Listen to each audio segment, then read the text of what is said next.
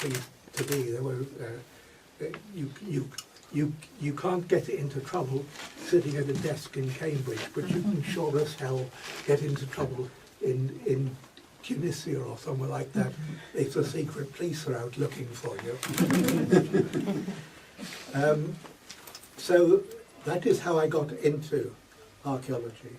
And in the course of this work, I came to Antequera and measured the 3 tombs.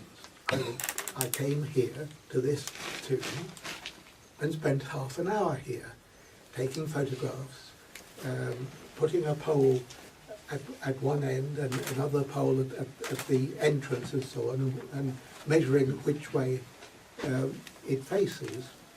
Because, measuring each way it faces. And these were just, as far as I was concerned, 3 tombs out of many. And I ended up writing a book with the measurements of about 3,000 tombs, about half of which I've measured myself. And Antequera just gets 3 lines.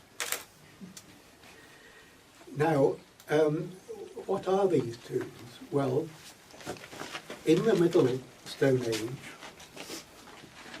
the Mesolithic, say 5,000, 6,000 BC, people were hunter-gatherers.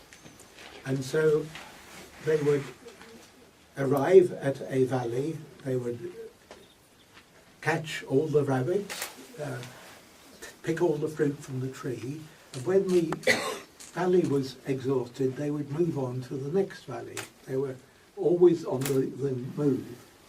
Now, if Granny died while they were in that valley, there wasn't much they could do other than perhaps put her in a cave and put a few stones on top and carry on.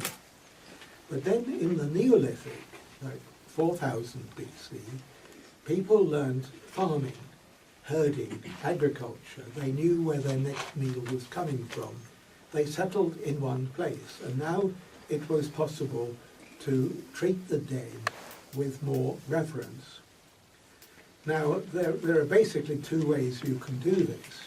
You can do what we do, have individual graves, one grave for each body, and this is what happened in the Bronze Age, around 2000 BC.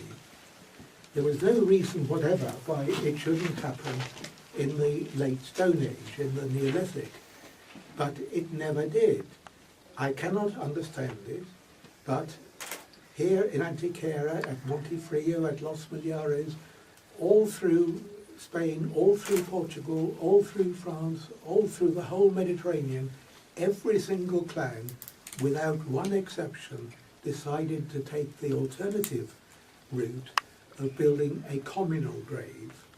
This is a communal grave. It's a tomb to house all the people of the clan. Now, because it's got to do this, when somebody dies, there has to be a method of introducing the body into the tomb. So communal tombs, dolmens, all have entrances. And so you can imagine which way it faces.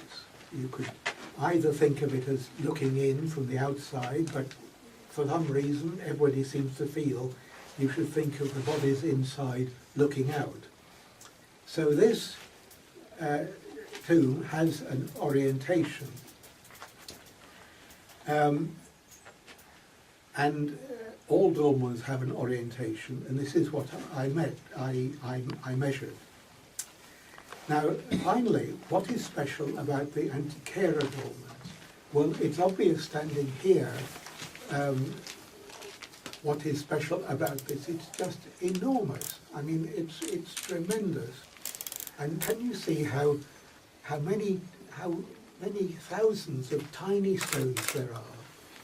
So what they did was to put a circle of stones on the ground,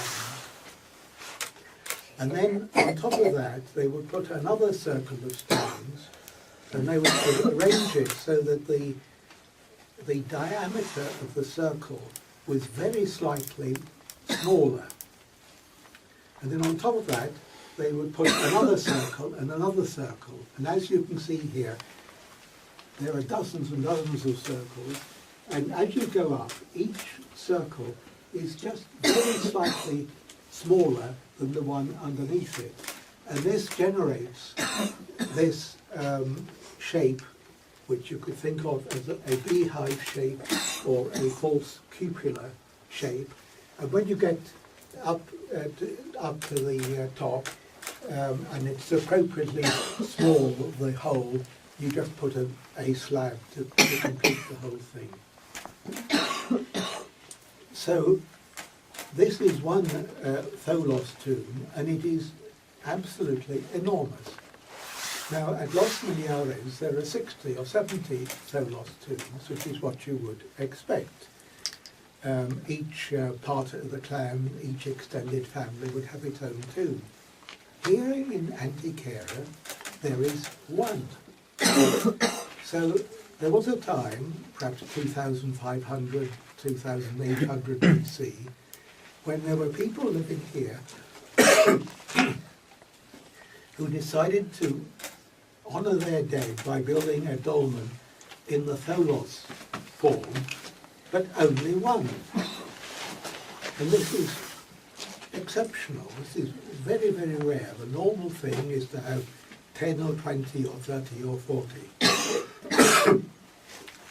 Now, when we go to the other side, there are two dolmens there, and they are also gigantic. One is most unusual. I only know one other tomb of similar form. It's called Vieira. It's the first one you'll come to there. And it has an enormously long corridor, but quite a small chamber. And why you should have such a long corridor and such a small chamber is difficult to understand.